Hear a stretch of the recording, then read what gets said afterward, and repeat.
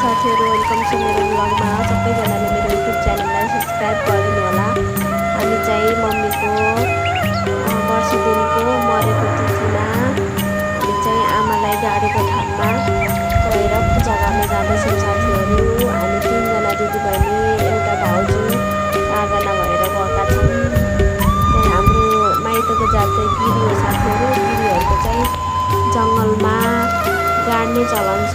गाडेर चाहिँ माथि मन्दिर बनाएर उहाँको वर्ष दिनको वा मरेको तिथिमा गएर बेलपत्र चढाउनु, उहाँको सम्झनामा बत्तीहरू बाल्ने काम गरिन्छ। हाम्रो मम्मी बितेको धेरै भयो। हामीहरू चाहिँ उहाँको सम्झनामा मरेको तिथिमा गएर उहाँलाई चाहिँ सम्झेर फुलपाती जल बत्ती बालेर उहाँलाई सम्झिन्छौँ।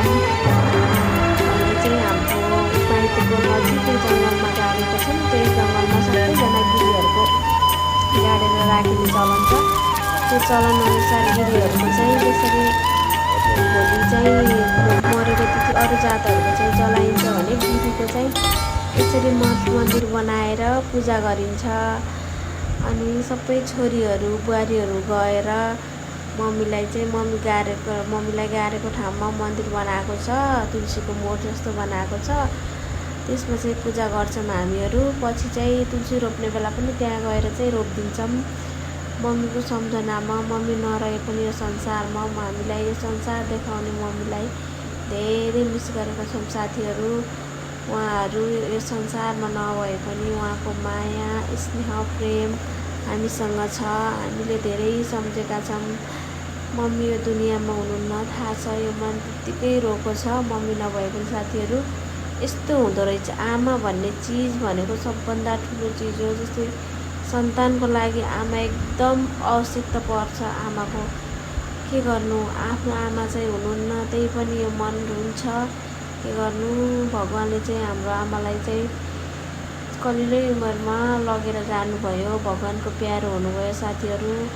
हामीहरू चाहिँ हामी 5 दिदीबहिनी हो, तर 3 छौँ चाहिँ 2 चाहिँ बाहिरतिर हुने भएले आउन पाउनु भएन साथीहरू।